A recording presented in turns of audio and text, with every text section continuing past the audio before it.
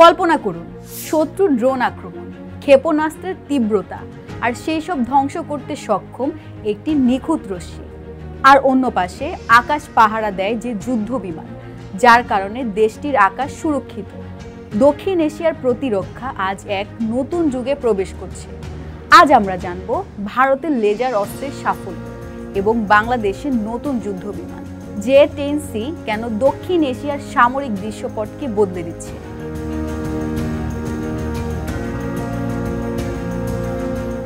ভারত সম্প্রতি MK2 laser নির্দেশিত শক্তি অস্ত্র ডিউ পরীক্ষায় সফল হয়েছে।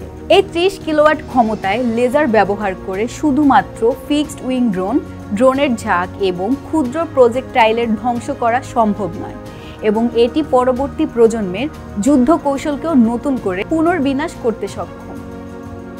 ভারতের প্রতিরক্ষা গবেষণা ও উন্নয়ন সংস্থা জানিয়েছে, এই প্রযুক্তি শুধুমাত্র প্রতিরক্ষা সক্ষমতা বৃদ্ধি করবে না, বরং এটি ভবিষ্যতের যুদ্ধের রণনীতি বদলে দিতে পারে। এখন ভারত সেই দেশগুলোর মধ্যে অন্যতম যারা যুক্তরাষ্ট্র, রাশিয়া ও চীনের মতো প্রতিপক্ষের সাথে লেজার অস্ত্রের ব্যবহার এবং পরীক্ষা নিরীক্ষায় সামিল হয়েছে। এটি ভারতের সামরিক শক্তিকে বিশ্ব মানচিত্রের নতুন উচ্চতায় তুলে দিয়েছে। অন্যদিকে 2025-এ পাক ভারত যুদ্ধে ভারতের রাফাল ধ্বংসকারী সেই যুদ্ধ বিমান J-10C ক্রয় করতে যাচ্ছে বাংলাদেশ। এই অত্যাধুনিক যুদ্ধ বিমান শুধু আকাশে আধিপত্য বিস্তার করে না, বরং দেশের সীমান্ত রক্ষা এবং আন্তর্জাতিক পরিসরে শক্তিশালী অবস্থান তৈরি করে। এই পদক্ষেপ বাংলাদেশকে এক নতুন পর্যায়ে নিয়ে গেছে, যা তার আকাশ প্রতিরক্ষা ব্যবস্থাকে আরও শক্তিশালী ও উন্নত করবে। J-10C হলো চীনের তৃতীয় প্রজন্মের অত্যাধুনিক বহুমুখী যুদ্ধ বিমান, যা বিভিন্ন ধরনের সামরিক মিশনে ব্যবহার করা যেতে পারে।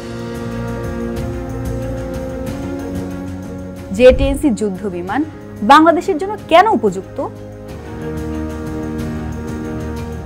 শক্তিশালী ইঞ্জিন WS-10B বা AL-31FN রাশিয়ান ইঞ্জিন, যা বিমানটির উচ্চ গতি এবং পারফরম্যান্স নিশ্চিত করে। গতি ম্যাক 2 প্রতি ঘন্টায়, যার গতি প্রায় 2450 কিলোমিটার, যা শত্রুর আক্রমণ থেকে পালাতে এবং দ্রুত হামলা করতে সক্ষম। রেঞ্জ প্রায় 3000 কিলোমিটার, যা দীর্ঘ সময় ধরে আকাশে থাকতে সহায়ক। অস্ত্রশস্ত্র air to air, air to ground এবং anti-ship missile PL-12, PL-15, YJ-91 missile এবং 30mm গ্যাটলিং গান। রাডার ও sensor active electronically scanned array বা AESA রাডার, যা দূর থেকে শত্রু লক্ষ্যবস্তু শনাক্ত করতে সক্ষম, এবং D-30 AESA রাডার, যা বিমানটির গতি এবং অবস্থান নির্ধারণে সহায়ক।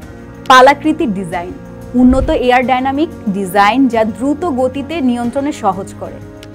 ককপিট গ্লাস ককপিট প্রযুক্তি, যা পাইলটের জন্য গুরুত্বপূর্ণ তথ্য সহজেই প্রদর্শন করে। বহুমুখী ভূমিকা আকাশ থেকে আকাশে যুদ্ধ, আকাশ থেকে মাটিতে আক্রমণ, গোয়েন্দা কার্যক্রম এবং স্থল আক্রমণ করার ক্ষমতা। J-10C-র উন্নত প্রযুক্তি এবং ক্ষমতাগুলি বাংলাদেশকে আকাশ প্রতিরক্ষা, আঞ্চলিক নিরাপত্তা এবং শক্তিশালী সামরিক অবস্থান গড়তে সহায়তা করে।